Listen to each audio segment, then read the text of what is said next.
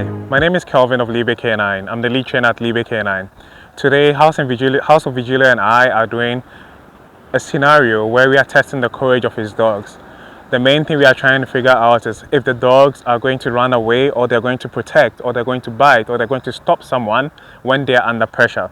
This is something that the dogs have never been through before, so we are just putting them on the spot. It's a kind of a temperament test. This is different from the temperament test that I would do for a puppy.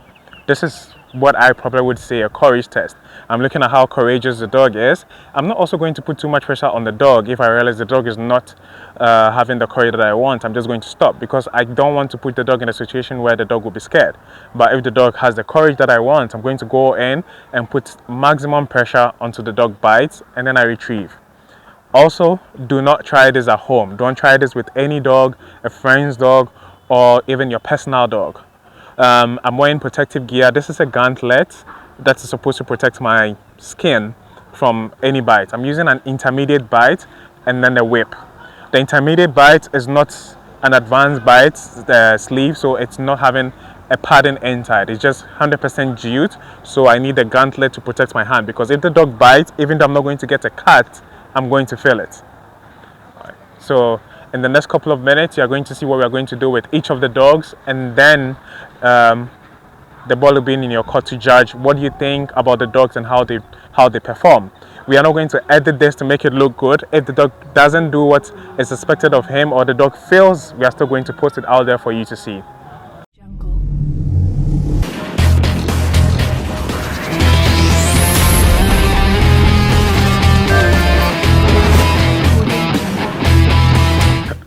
So like I said in the beginning, Falco is going to be our first dog, and we're going to start with him. So this Falco walking onto the field, and then I'm going to come in and then do the courage test. Hey! Get off the field! Hey! Get off the field! Hey! Okay. Did you get it? You get down. So you'd realize that when Peter walked on the field with Falco, I started by yelling to get his attention, telling them to get off the field. Then I started running towards him. Running towards the dog means that I'm putting pressure on the dog. The moment I realized that he started to retrieve, which is run away, I ended it there. A dog like this would not protect you. He doesn't have the courage, the stamina to stand against pressure. That doesn't mean that he can't be trained, but I would prefer a dog that would act better. Let's see the next dog, and then we can also judge from that dog's point of view. So the first dog is a dog that prefers flight rather than standing and facing me. Okay, so our second dog is Crash. Let's see what Crash also brings to the table.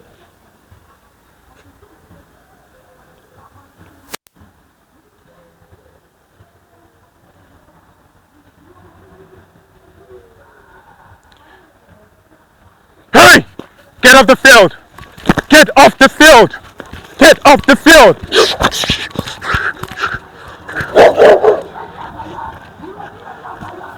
Walk again, keep walking. Keep going.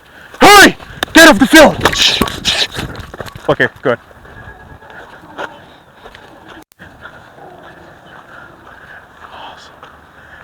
This is Crash. The difference between Crash and Falco is that when I started yelling, Crash stopped and looked at me for a second. When I moved onto him, he stepped back and then quickly came back and then backed at me. This is a dog that can easily be motivated to come out of the shell. He has it in him, but he's unsure what to do. That doesn't mean that he wouldn't protect. He just doesn't know what to do. So he's like, it's in there. Training would actually bring it out and then show him that, okay, in this situation, this is what you are supposed to do. It's like putting a kid on the football field and then putting a football on the field, and then he doesn't know what to do with the ball. That doesn't mean that he wouldn't be able to play. But when you teach him, then he's going to know that, okay, fine, this is where I'm supposed to kick the ball to. That's the same thing that we are just saying with Crash. So I would be very happy to work with this dog. This is one of the kind of temperaments that you look out for when you're looking for a dog. a dog that has it in there. I always say that guard dogs are not trained, they are born. Because if the dog doesn't have it in him, there's nothing that you can do. I would say Crash has it. Falco, if I'm rating from 1 to 100, I probably would give Falco like 10, give Crash 50. So the next dog in question is Colt. He also brings something different, something new to the table. Just watch what is going to happen next.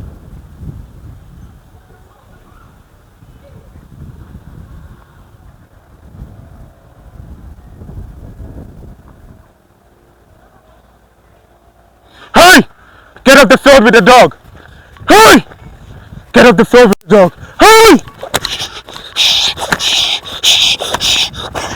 Okay, good. That's it. That'll be all. Okay, so we've seen Call 2. Now let's cut our mind back to the two previous dogs, Falco and then Crash. Falco ran away. Crash went and then came back. But there's something unique about Colt. The whole time I was coming to him, he was looking at me, wagging his tail. This is a dog that is so confident that he doesn't feel any threat when I was coming to it. It doesn't matter the amount of pressure I was putting on him. He just looked at me, and then when I got close to him, he reached out to like sniff me. He was like, what are you doing? Are you trying to play with me or what? He doesn't feel the need to run away. This is a dog that is not scared. Like when you watch the video now, like now I'm walking towards him and then I start to agitate him. And then you start that he looks at me like, okay, now you're acting funny. And then now he tries to go like, no, you're not supposed to do this. And then he tries to come at me. Until he feels threatened, he's not going to come off and then attack you. This is a dog that I would say is a dog that is clear-headed. Until he feels there's a threat, he's not going to run away. He's just going to allow you to do what you're supposed to do. So this is Ice. Ice is a dog that I will admit that we've worked before. So this is not new to Ice. This is something that he's seen before, but this particular scenario has never been in this scenario before. Ice has gone through by training before. Let's see what Ice would do. Hey! Get your dog off the field! Get your dog off the field! Get your dog off the field!